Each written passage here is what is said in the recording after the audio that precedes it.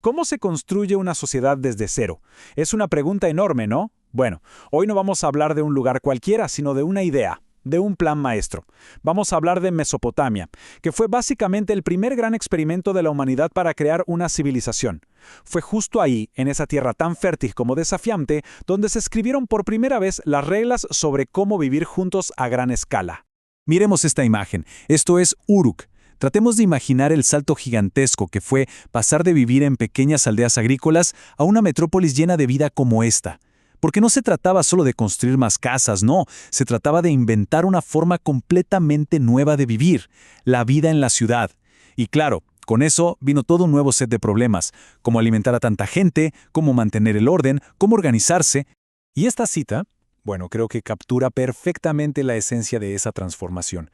Lo que empezó de forma muy humilde, con ladrillos de barro y paja, terminó convirtiéndose en el epicentro de la innovación, del poder y de la cultura. Esta es la historia de cómo pasó. Para entender bien todo este proceso, nuestro análisis se va a enfocar en 5 áreas clave.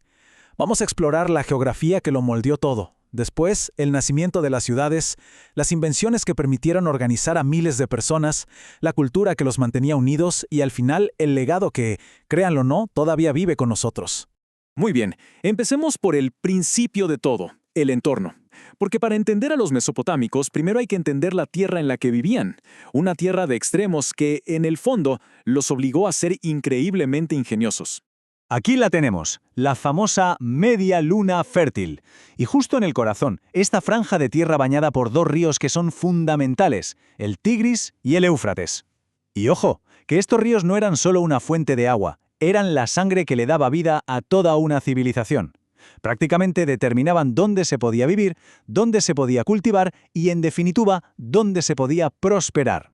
Es que el propio nombre ya nos da la pista más importante. Mesopotamia no es un país con fronteras fijas como los de ahora, es una región definida por su geografía. Todo, absolutamente todo lo que pasó aquí, ocurrió a la sombra de estos 2 grandes ríos. Ahora, lo que es fascinante aquí es la dualidad. Por un lado, los ríos daban vida con sus suelos súper fértiles, pero por otro, también podían quitarla con inundaciones totalmente impredecibles. Esta tensión constante, este juego entre la abundancia y el caos, fue el verdadero motor de la innovación.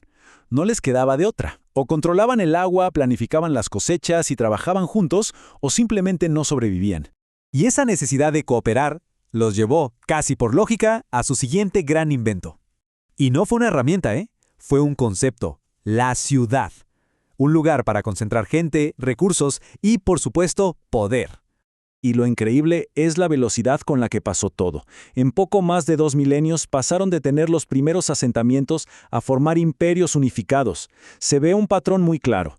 Primero, ciudades-estado independientes que a veces competían y a veces cooperaban, hasta que de pronto aparecían figuras como Sargón o Hammurabi y las unían a todas bajo un solo poder. Una ciudad sumeria era como un ecosistema, muy complejo.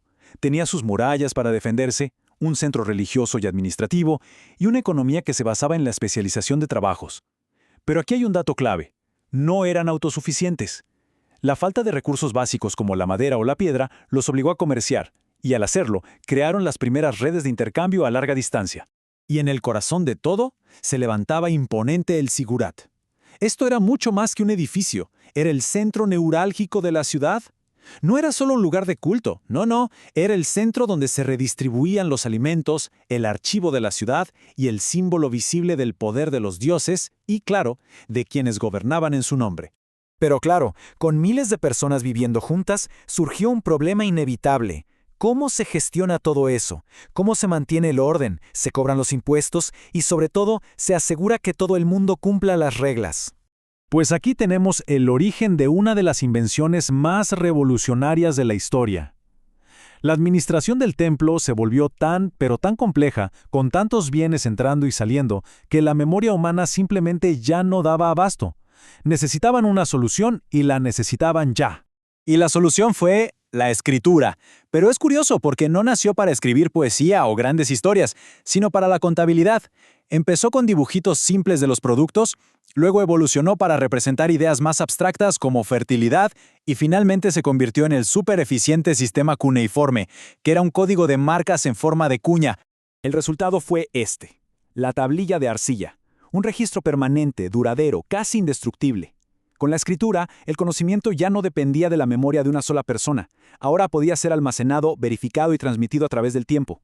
Y esto no solo sirvió para los impuestos, claro, abrió la puerta a la literatura, a la historia y a la ley. Y hablando de leyes, llegamos al famoso Código de Hammurabi. A ver, más allá de sus castigos, que son muy conocidos, su principal objetivo era crear un sistema predecible. Era como el software que hacía que la sociedad funcionara. Establecía las reglas del juego para la economía, exigía contratos por escrito, fijaba salarios y dejaba bien claro que los jefes eran responsables de su trabajo. Y por supuesto, también contenía el famosísimo principio de la ley del talión. Esta idea de justicia de «te hago lo que me hiciste» es quizás su aspecto más recordado y muestra un contraste fuertísimo entre la organización civil tan avanzada que tenían y la dureza de su sistema penal, donde el castigo debía ser equivalente al crimen. Pero una sociedad no se mantiene unida solo con leyes y contabilidad. Necesita algo más. Necesita una cultura compartida, una ideología. Y en Mesopotamia, esto se manifestó a través de la religión, el arte y la exhibición constante del poder. El arte mesopotámico no era para decorar, para nada. Era propaganda pura y dura. Estas escenas de reyes cazando leones o ganando batallas no estaban ahí para que se viera bonito. No, su trabajo era enviar un mensaje muy claro. El rey es poderoso, es valiente y sobre todo tiene el favor de los dioses. Así legitimaban su derecho a gobernar. Y así se fue consolidando una estructura de poder dual. Por un lado, el rey, en su palacio, controlaba el ejército y la justicia. Por el otro, los sacerdotes, desde el templo, administraban la economía y la relación con los dioses. Juntos, estos dos pilares gobernaban todos y cada uno de los aspectos de la vida mesopotámica. Y con esto llegamos a la parte final.